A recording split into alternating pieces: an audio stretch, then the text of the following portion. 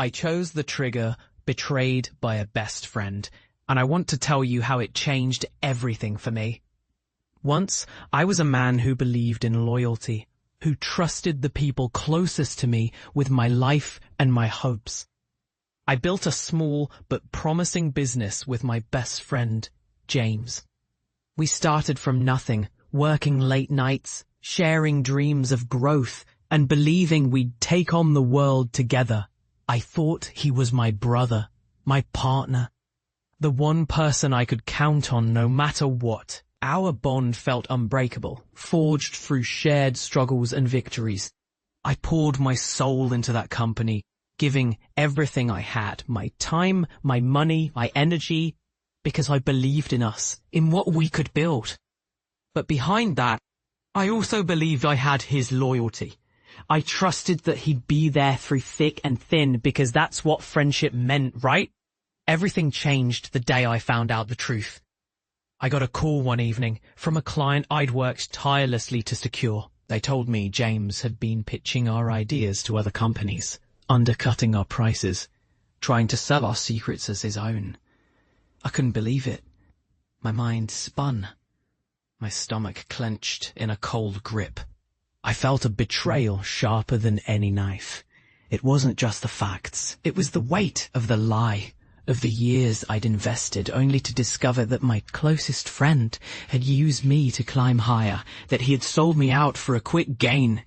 The pain was like static in my brain, deafening and relentless. I remember that night vividly, sitting alone in my small apartment, the scent of stale coffee thick in the air, the silence heavy around me.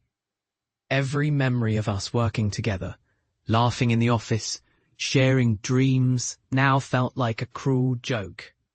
I sank into a dark depression, feeling like everything I believed in had crumbled. My confidence shattered. I questioned myself, wondering if I had been naive, if I had missed the signs. I spiraled into a quiet rage, but I didn't show it. Instead, I began plotting. I started digging into everything I could find, public records, online chatter, whispers in the industry. Every detail I uncovered was like fuel for my fire. I watched him spin his web, trying to hide his tracks, thinking he was clever, but I saw right through it. I listened carefully to his words, noting the arrogance in his voice, the ease with which he lied. I felt the weight of his betrayal deep in my bones, and I decided I wouldn't let him get away with it. I began quietly building my comeback. I reached out to allies who had seen his true nature, gathered evidence, and prepared my move. It was a slow process, like a spider weaving its web, tight and precise.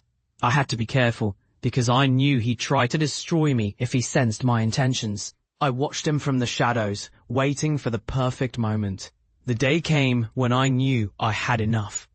I scheduled a public meeting, a presentation that outsiders would attend, something that would force his hand. The room was filled with investors and industry insiders, unaware of what was coming. As I took the stage, I looked him right in the eyes, my former friend, my betrayer. I laid out the facts, the proof of his theft, his lies, his greed.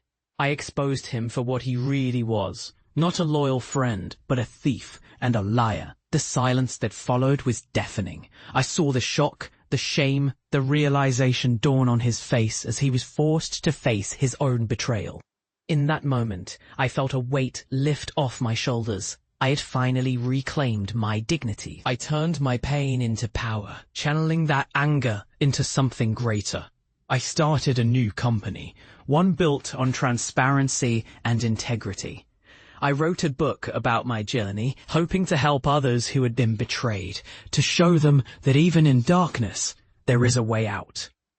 I dedicated my life to mentoring those who felt lost and betrayed, telling them that their pain can be the seed of something stronger.